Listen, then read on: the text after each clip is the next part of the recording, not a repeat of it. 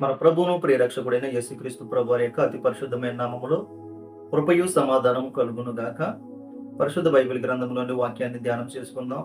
పరిశుద్ధ బైబిల్ గ్రంథములో యోబు గ్రంథము 26వ అధ్యాయము 5వ వచనం చదువుకుందాం. మీరు చెప్పినది న్యాయమని నేను ఏమాత్రమును ఒప్పుకొనను, మరణమోగు వరకు నేనెంత మాత్రమును యథార్థతను విడువను. నా నీతిని విడవక గట్టిగా పట్టుకుందును, నా ప్రవర్తన అంతటి విషయంలోనూ నా హృదయము నన్ను నిందింపదు. దయగల తండ్రి, ఈ మాటల చేత మాతోను సూటిగా స్పష్టంగా మాట్లాడమని యేసు నామమును బట్టి అడిగి పొంది ఉన్నాం పరమ తండ్రి, ఆమేన్. ప్రభు మనతో మాట్లాడును గాక. ప్రియమైన దేవుని బిడ్డలారా, పరిశుద్ధ బైబిల్ గ్రంథంలో యోబు భక్తుడు చక్కని మాట మాట్లాడుతున్నాడండి. మరణాంతం వరకు, మరణమగు వరకు నేను ఎంత మాత్రమును యథార్థతను విడువను అంటున్నాడండి. అవునండి, యథార్థత అనేది చాలా విలువైనది. యోబు భక్తుడు కలిగి ఉన్నది ఒక యథార్థత. యోబు భక్తుడు ఎంత యథార్థత కలిగి ఉన్నాడో చూడండి. మరణమగు వరకు కూడా నేను చనిపోయేంతటి వరకు కూడా, ఎట్టి పరిస్థితుల్లోనూ ఏది ఏమైనను, మరణమే నన్ను పలకరించిన, మరణమే వచ్చిన, నేను పట్టుకున్నటువంటి, నేను కలిగి ఉన్నట్టే యథార్థతను నేను విడవను అంటున్నాడు. యథార్థతను విడవను అంటున్నాడు. ఒకసారి ఆలోచించారు. యోబు భక్తుడు గొప్ప తీర్మానం తీసుకున్నాడు కదా, గొప్ప ఒప్పందం కలిగి ఉన్నాడు కదా, గొప్ప ప్రమాణపూర్వకంగా మాట్లాడుతున్నాడు కదా.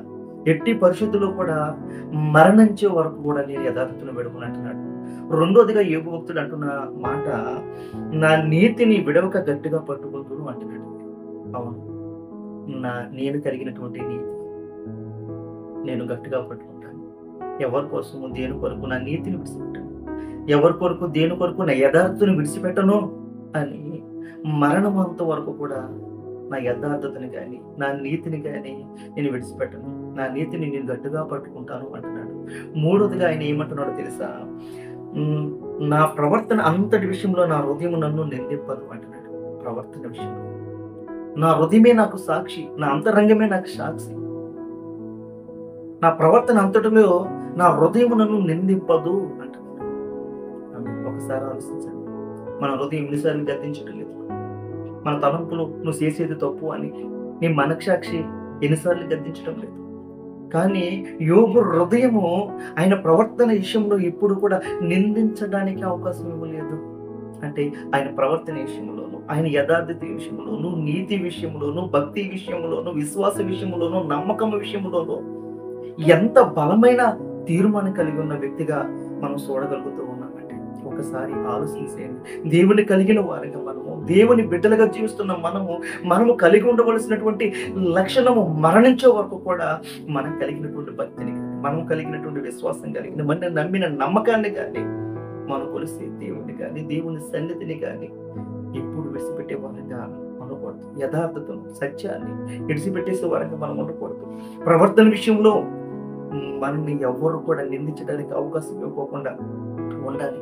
ఏ భక్తుడు అంటున్నాడు 13వ అధ్యాయం 15వ వచనంలో ఆయన అంటున్నాడు, ఇదిగో ఆయనను చంపినను నేను ఆయన కొరకే కనిపెట్టుకొస్తున్నాను, ఆయన సన్నిధి నా ప్రవర్తన న్యాయమని రుజువుపరుస్తాను అంటున్నాడండి. ఆయన సన్నిధిలో నేను రుజువుపరుచుకుంటాను, నా ప్రవర్తన విషయంలో నేను రుజువుపరుచుకుంటాను అంటున్నాడండి. నా ప్రవర్తన న్యాయమైనదని నేను రుజువుపరుచుకుంటాను. ఇదిగో ఆయనను చంపినా సరే నేను ఆయన కొరకు కనిపెట్టుకుని ఉంటాను. ఆయన న్యాయం కలిగిన దేవుడు, ఆయన యథార్థత కలిగిన దేవుడు, ప్రేమ కలిగిన దేవుడు, దయ కలిగిన దేవుడు, దాటిపోయిన దేవుడు, కరుణావాత్యాన్ని కలిగిన అత్యంత కృప కలిగిన దేవుడు, పరిశుద్ధుడు. ఆయన కొరకు నేను కనిపెట్టుకుంటాను. ఎట్టి పరిస్థితుల్లో ఎన్ని శ్రమలు వచ్చినా, ఎన్ని కష్టం వచ్చినా, ఎన్ని బాధలు వచ్చినా, ఏది ఏమైనా, మరణమే వచ్చినా నా యథార్థతని కానీ, నా నీతిని కానీ, నా ప్రవర్తనని కానీ ఎట్టి పరిస్థితుల్లోనూ నేను మాత్రం విడిచిపెట్టను. నా ప్రవర్తన విషయంలో నా హృదయమే నాకు సాక్షి. నేను దేవుని సన్నిధిలో నేను రుజువుపరుచుకుంటాను. నా ప్రవర్తన విషయంలో నా నీతిని నేను కాపాడుకుంటాను, నా భక్తిని నేను కాపాడుకుంటాను అని ఎంతగానో నిలబడ్డాడు, స్థిరపడ్డాడు, ప్రమాణాన్ని నిలబెట్టుకున్నాడు, ఒప్పందాన్ని నిలబెట్టుకున్నాడు. ప్రేమని దేవుని బిడ్డలారా, గెలిచాడు.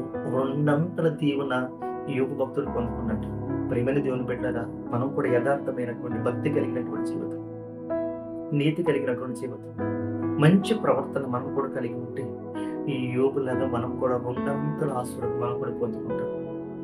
ఒకసారి ఆలోచన చేసి మనం కూడా దేవుణ్ణి చూపించినటువంటి మార్గంలో, దేవుడు చెప్తున్నటువంటి మార్గంలో మనం కూడా విశ్వాసం, భక్తి, ప్రవర్తన, నీతి, యథార్థత కలిగి, పరిశుద్ధత కలిగి ప్రభువుని వెంబడిస్తూ ప్రభువును పోలి నడుచుకుందాం. అట్టి ధన్యత దీవెన భాగ్యం దేవుడు మనకి అందరికీ దయచేసి ఆశీర్వదించును గాక. ఆమె దయగల తండ్రి, ఈరోజు మా ముందు యోగ భక్తుల నుంచి ఆయన తండ్రి మరణంతో వరకు కూడా యథార్థతను విడిచిపెట్టనని, అయ్యా ఇదిగో నీతిని నేను గట్టిగా పట్టుకుంటానని, ప్రవర్తన విషయంలో నేను నా హృదయము నన్ను నిందుపుదు అని, నీ సన్నిధి నేను కనిపెట్టుకుని ఉంటానని, నా ప్రవర్తన విషయంలో అయ్యా ఇదిగో నీ సన్నిధిలో నేను రుజువుపరుచుకుంటానని ప్రభు ఒప్పందం చేసుకుని నిలబడ్డాడు, జయించాడు, రెండంతలు ఆశీర్వాదం పొందుకున్నాడని మాతో మాట్లాడు. ఇవి విన్న వాక్యాన్ని మా హృదయంలో భద్రపరిచి మేము కూడా అలాంటి ఉన్నతమైన స్థితిలో నిలబడే గొప్ప ధన్యత మాకు ఎల్లరూ పనికరింపు చేయమని, స్థిరపరిచి బలపరచమని యేసు నామమును బట్టి అడిగి పొంది ఉన్నాం పరమ తండ్రి. ఆమేన్, ఆమేన్, ఆమేన్.